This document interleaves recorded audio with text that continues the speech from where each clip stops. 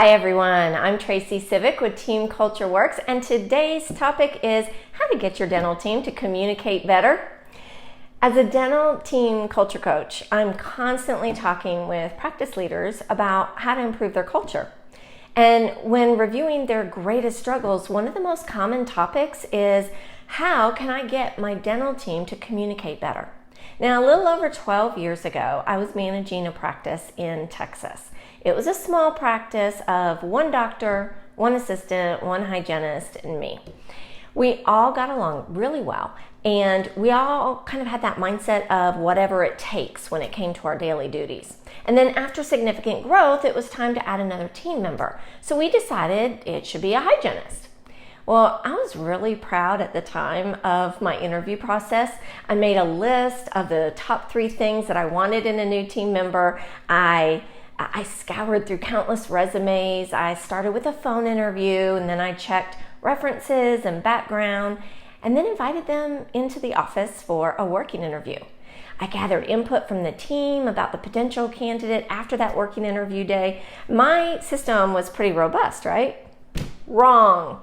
I missed one of the most crucial aspects of adding a new team member, their communication style.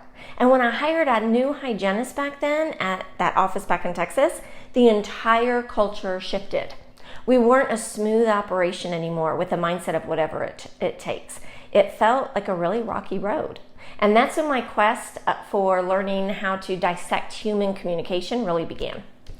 So over the past several years, I've obtained multiple human profiling certifications, which sounds scary, but it's not.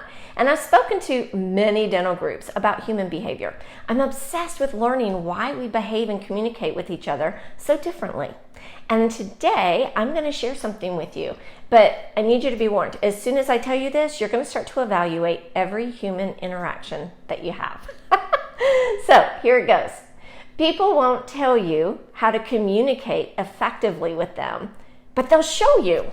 They'll show you. Yes, the key to understanding how to effectively communicate is to watch a person's nonverbal behavior cues. If you and your team can learn how to identify these cues, then they'll be able to communicate much better. And if you've kept up with any of my other videos or articles or any of the content which you can find online or on social media, you know that my favorite behavior profiling system is DISC. And DISC is an acronym for the 4 basic communication styles: dominant, interactive, steady, and cautious. Every one of us has these these communication styles within them, but one of them is always our primary. And the secret here is if you can uncover somebody's primary behavior style by watching for behavior cues, then that's going to tell you exactly how to communicate with them. So let's start with the Ds. Ds speak fast. They like to be in control. They're very authoritarian. The dominant communication style is very quick. They speak fast. They think fast. They act fast. They naturally prefer to take control of others. Yikes. And have a low tolerance for feelings, inadequacies, and really long conversations, okay? So a dominant style behavior cues are a very rigid posture, direct eye contact, they're very militant, they squint their eyes critically, they step away from deep conversation, and when you can realize these cues, you can adapt your own communication style so that the D will listen to you instead of wanting to find the nearest exit. Ds like to be spoken to in bullet point form. Very direct, without too much detail or lingering conversation. They don't need fluff, they don't need emotion, they don't need long explanations, okay? So if this isn't your natural communication style, it's gonna feel really awkward delivering your message in this manner. However, to a D, it's gonna be like a breath of fresh air, and you can be assured that the communication between you and that D was effective. It'll be a weight lifted off of their shoulder. You'll be able to tell. Now the I style. The I styles are very talkative. They're dreamers. They're full of life. They're the life of the party. They're very interactive. They like connecting. Okay, and they also like lots of emotion. They enjoy that personal connection as well as the relational type conversations. They do want to know how your weekend was. And the way that you can effectively communicate with an I is to connect with them emotionally first.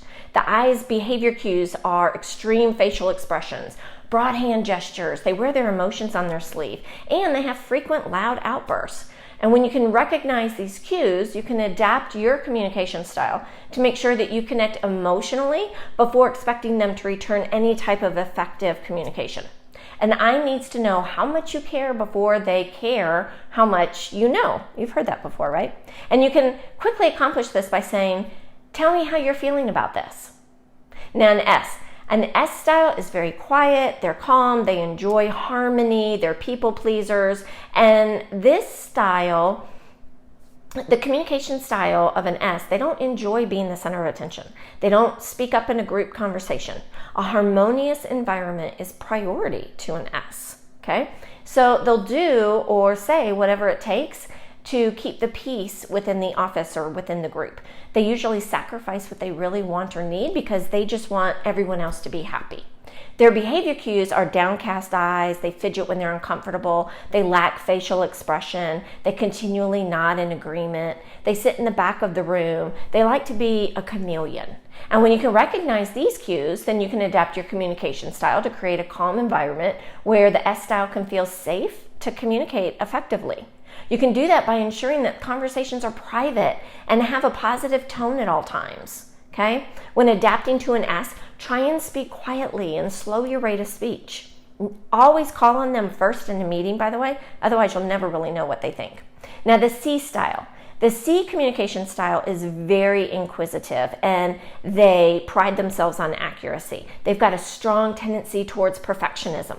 And when taken to the extreme, it can result in analysis by paralysis, and it delays their ability to think quickly. So if a C doesn't have effective communication, then it's going to feel like an interrogation. The behavior cues to recognize in a C are their hands are in their pockets, their hands are clasped, their arms or feet are crossed, they seem kind of closed off to others. And when you can recognize these cues, then you can adapt your communication style to the C, where you welcome their questions. It's imperative that when talking with a C, you have to answer their questions accurately without generalized statements.